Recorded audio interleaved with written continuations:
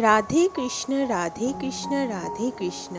Happy Janmashtami সবাইকে, আমার সকল বন্ধুদের জন্মাষ্টমীর অনেক অনেক শুভকামনা। গুড মর্নিং বন্ধুরা, welcome back to my channel.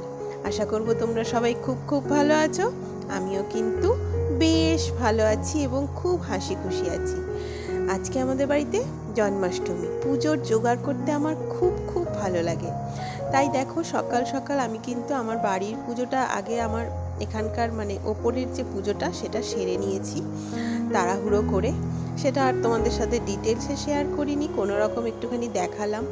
তারপরে আমি এইবার নিচে চলে এসেছি, কারণ অনেক জোগাড় যন্ত্র করতে হয় জানো তো আমাদের জন্মাষ্টমীতে, আর হচ্ছে কোজাগরী লক্ষ্মী পুজো।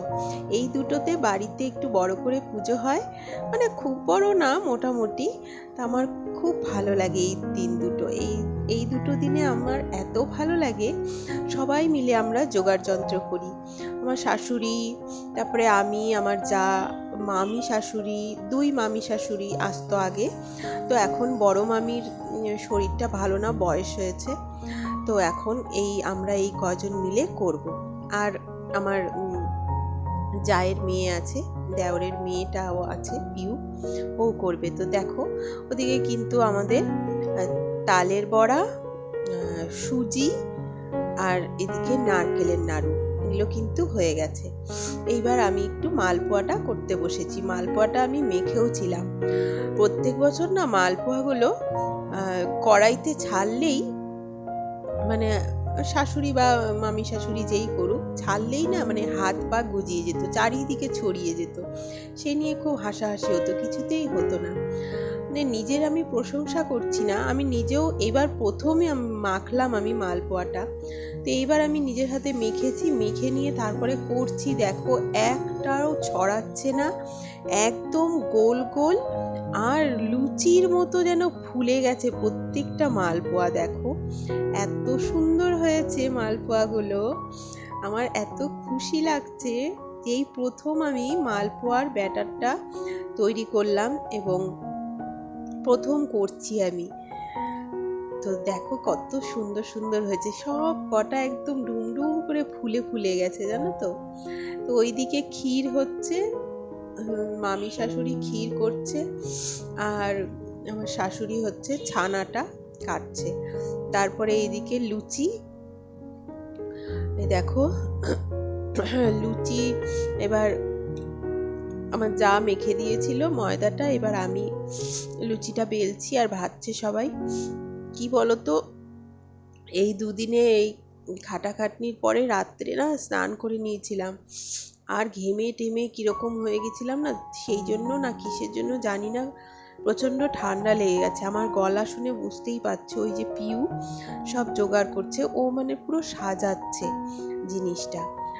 আমরা মানে কিভাবে ঠাকুরের কাছে দিই, মানে ঠাকুরের কাছে দিলেই হলো, লুচিগুলো একটা থালায় দিয়ে দিলাম, মালপোয়া একটা থালায় দিয়ে দিলাম, এরকম করে ঠাকুরের সামনে আমরা নিবেদন করি। কিন্তু দেখো, ও একটুখানি সাজাতে ভালোবাসে, তো ওই কারণে দেখো কি সুন্দর করে সাজিয়েছে। আমরা হলে কিন্তু এরকম করে সাজাতাম না, তো ওই জন্য বললো আমি সাজাবো।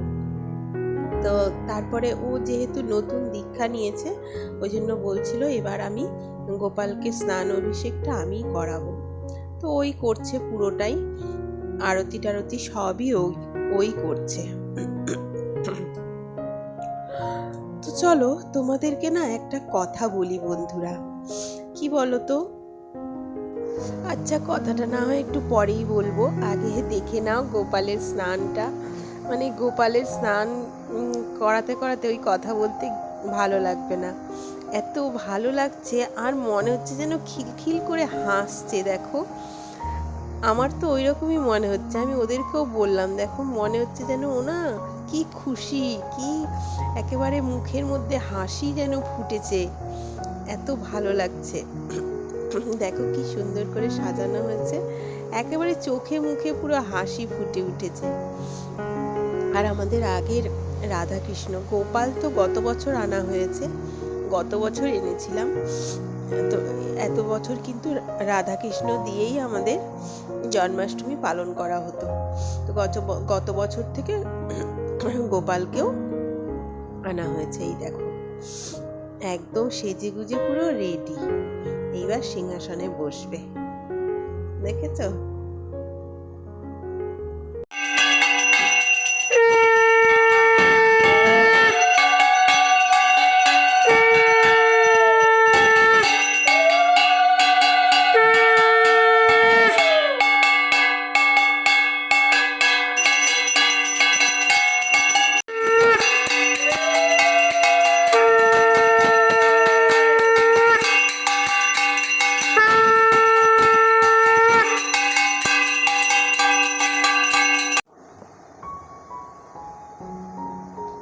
গুড মর্নিং বন্ধুরা, এটা হচ্ছে পরের দিন।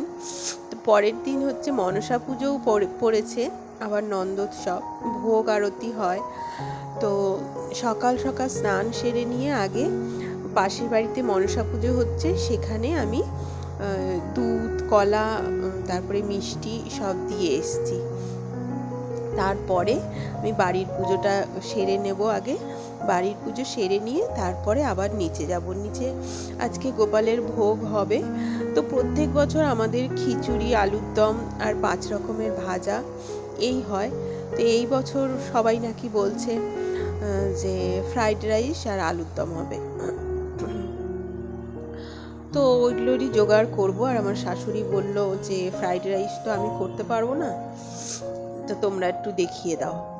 তো ওইদিকে পায়েস বসিয়ে দিয়েছে, আর ওই যে পায়েস হচ্ছে, আর 5 রকম ভাজাটা মা ভেজে তুলে নিয়েছে। এইবার এদিকে পিউ সমস্ত জোগাড় যন্ত্র করছে, আর ওই দিকটায় আমি ফ্রাইড রাইসটা করে নেব। দেখেছো, আমার না কথাই বলতে পারছি না, এত ঠান্ডা লেগে গেছে। এই যে গোপালকে আবার স্নান করিয়ে নিয়েছে সকালবেলা, আবার ভালো করে একদম সুন্দর করে আলাদা জামা কাপড় সাজগোজ সব করে নেওয়া হচ্ছে। আর ওইদিকে সব রান্না বান্না আমাদের চলছে। দেখো তো আজকেও খুব সুন্দর লাগছে না? কালকের সাজটা বেশি ভালো লেগেছে তোমাদের না আজকেরটা? আমাকে জানিও তো কমেন্ট করে। এই যে আলুর দমও হয়ে গেল, মাই করলো আলুর দম। মার রান্না তো খুব ভালো, ওই জন্য রান্নাগুলো মাই করে, সব কিছুই করে। তো ফ্রাইড রাইসটা উনি করতে পারবেন না বলে, মানে কখনো করেন না, তো তাই বলছে যে আমি করতে যাব, ভয় করছে, তোমরা করো। তো আমি করলাম। আর এইদিকে পিউ বলছে ভাইকেও বড় মা একটুখানি সাজিয়ে দিই, ভাই আমার সাথে একটু আরতি করুক। তো কোনোবার তো ছেলে ওরকম সাজতে গুজতে চায় না। তো এইবার দেখছি ওর দিদি ভাই করালো, তো দেখছি চুপচাপ করে কি সুন্দর সেজেছে, সব কিছু তিলক টিলক সব কিছু চুপচাপ করে বসে বসেই পড়েছে দেখছি।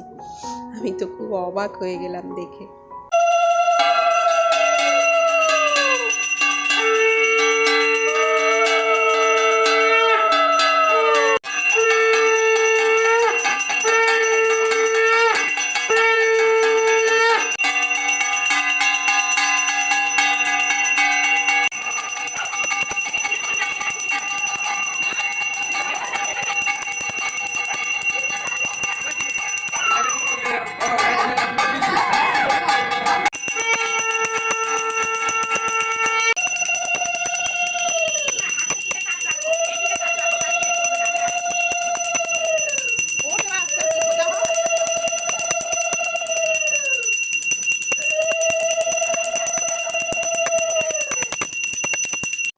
তো চলো, পুজো আমাদের হয়ে গেছে, এবার প্রসাদ বিতরণের পালা।